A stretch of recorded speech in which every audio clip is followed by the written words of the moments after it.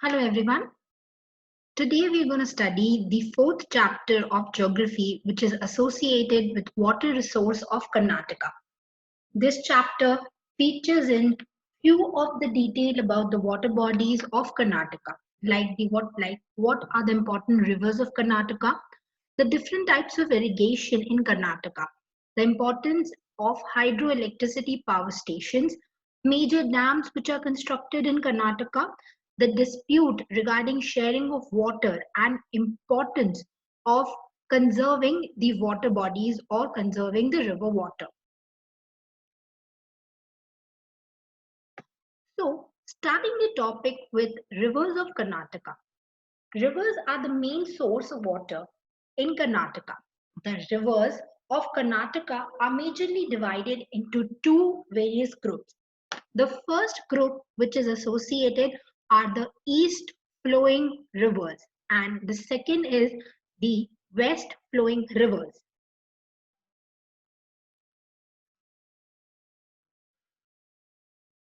Now, what are east flowing rivers? The Krishna, the Kaveri, the Panar, and Polar rivers flow from the eastward and joins the Bay of Bengal. Like it starts from the east and move towards the Bay of Bengal. The Krishna is the second most important river of South India.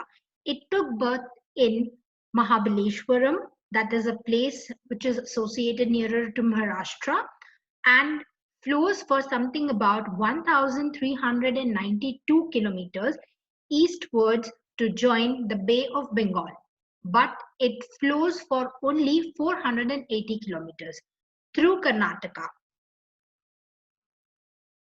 The Bhima, Koyan, Tungabhadra, etc. are few of its tributaries.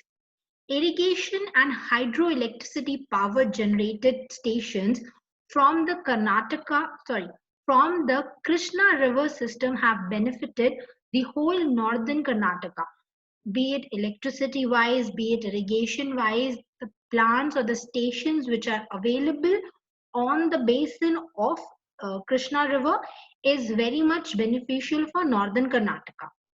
The Kaveri is the most important river of Karnataka. It is also known as Dakshin Ganga.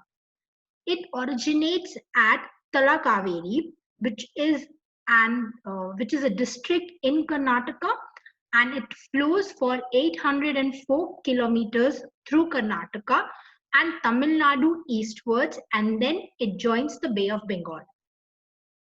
It flows for only 380 kilometers in Karnataka.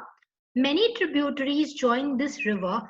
For example, the tributaries which are associated with Kaveri are Himavati, Harangi, and various amongst them. This river is most useful for irrigation, power generation, and also very much used for drinking water. Like water supply associated with drinking water is very much used in this. The Pennar and Polar River flows through the districts of the Kolar, Tumkur, and Bangalore, and then enters Andhra Pradesh and Tamil Nadu. North Pennar and South Pennar are two separate rivers. Like there are two rivers with the same name, but there are north and south.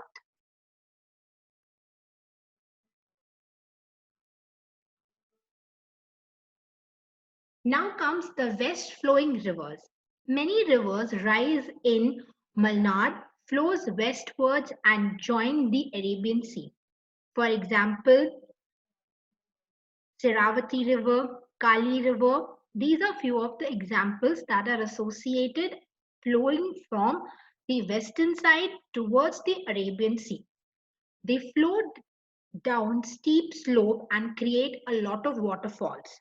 They also help to produce hydroelectricity because they flow from a height and goes down that generates power and electricity.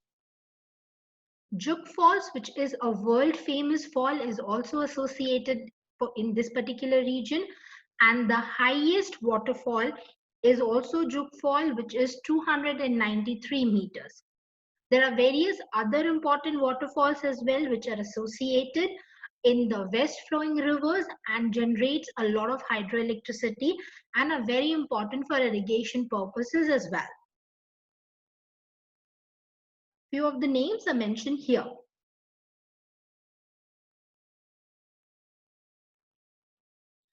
Then we go to the irrigation in Karnataka. The artificial supply of water for agriculture is called irrigation. Like we create various sources through which we can supply or through which we can store water for the purpose of agriculture. It is essential for the development of agriculture in places where the distribution of water is uneven. Say for an example, if they don't have an evergreen or a continuous flowing water flow, they store water so that agriculture doesn't get hampered.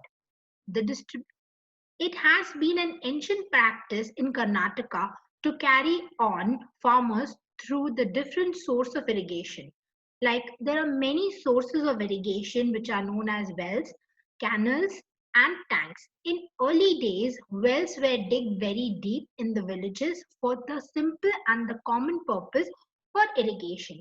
Later, the practice of constructing canals to supply water from rivers for farming purpose came into existence. Big tanks can be seen even now. For examples of these tanks are Shanti Sagar, which is one of the very important example, a very big well which is digged in Kalambugri district in the 11th century. Then there are Tungabhadra's canals that are also very much famous, and various others which are associated into locations as regard to Mysore, and Mysore kings have developed it, and these are few of the milestones which has been created in Karnataka as regard to irrigation purpose. At present, both river water and underground water are used for irrigation purpose, nearly which comes to 26.2% of cultivable land is under irrigation facility in Karnataka with the help of these water sources. Karnataka occupies the 9th position in India when it comes to the irrigation perspective. Raichur district is considered to be the largest area contributor under the canal irrigation in the state.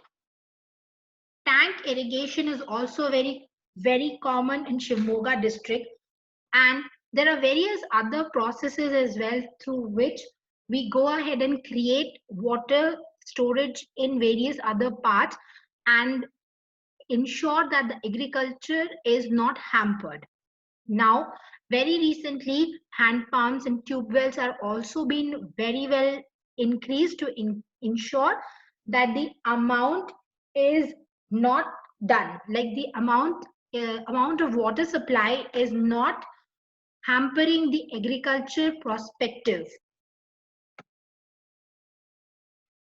Few of the most famous channel irrigation projects of state Karnataka's are Krishnanagar Raj Sagar, Tungabhadra, Hemavati, Kabini, etc. These are the projects that are associated how irrigation can be spread across Karnataka, ensuring that the people get water for drinking and also is a very important source for the agriculture purpose.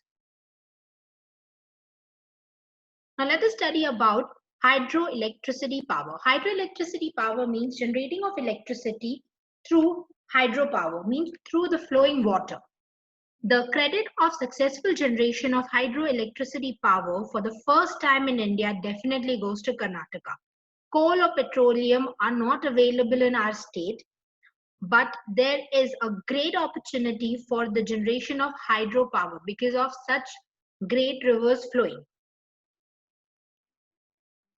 There are rivers which are providing sufficient water for the whole state. These rivers flows from the west are most suitable for generating power as they flow from west towards the east. The hydroelectricity power station at Shivna Sundaram was established in 1902. to supply power or electricity to the Kolar gold mines. The project was across the construction of the river Kaveri. It is a very small or a very short distant area formed in this second hydropower station was established at the time of 1947. Now, Mahatma Gandhi Hydroelectricity Power Station is another big milestone which is established at 1947 on the Juk Falls. It has increased the demand of hydroelectricity power, and a lot of places in Karnataka were given the facility of electricity. Later, many more hydropower projects were developed in a lot of locations and water bodies across Karnataka, and it came under the 5-year plan. As a result of these developments, Karnataka ranked first in generation of hydroelectricity power when it ranks in India.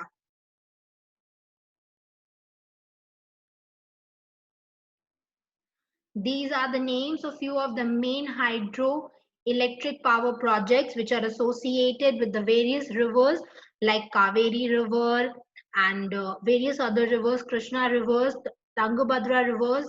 On these rivers, these stations are made to generate electricity, and they generate huge amount of hydroelectricity, ensuring this various different places of Karnataka are being lightened up and things go as per the requirement.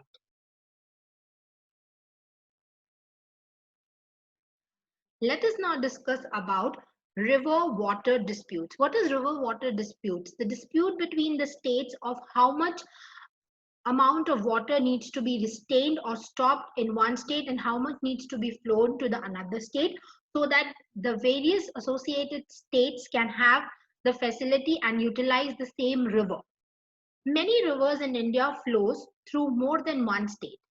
This has given rise to various disputes of using the river water. The Kaveri water dispute and the Krishna water disputes in Karnataka are one of those kinds wherein people are struggling to understand and are cooperating with the amount of water that needs to be retained within Karnataka and to flow out to other locations which are Tamil Nadu, Kerala, and Pondicherry. The river water dispute between Karnataka and Tamil Nadu is more than a century old, and it's still people are continuously going ahead and working on it to resolve it. Yet it is still a very burning issue till date. The river Krishna too flows through different states like Maharashtra, Karnataka, and Andhra Pradesh. It also gives rise to various disputes. So this is all about the chapter which is associated with the river and water bodies of Karnataka. Thank you.